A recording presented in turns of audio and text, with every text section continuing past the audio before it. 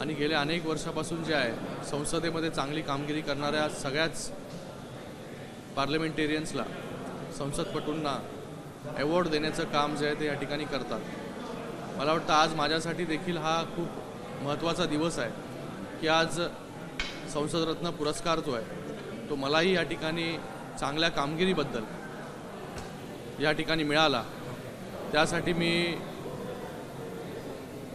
माझ्या तमाम मतदारसंघातील जनतेचेही खूप खूप या ठिकाणी धन्यवाद व्यक्त करतो की त्यांनी मला 2014ला आणि 2019ला 2 वेळा असं निवडून त्या ठिकाणी दिलं आणि आज त्यांच्यामुळे जे आहे ह्या सर्वोच्च सभागृहामध्ये आल्यानंतर त्यांच्यासाठी प्रश्न या ठिकाणी उपस्थित करू शकलो।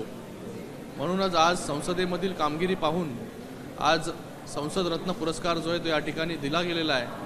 मी या ठिकाणी त्या सर्व तमाम जनतेचं खूप खूप या ठिकाणी धन्यवाद व्यक्त करतो आणि हा अवॉर्ड जो मिळालेला आहे, संसदरत्न पुरस्कार जो मला मिळालेला आहे तो देखील त्यांना डेडिकेट या ठिकाणी मी करतो।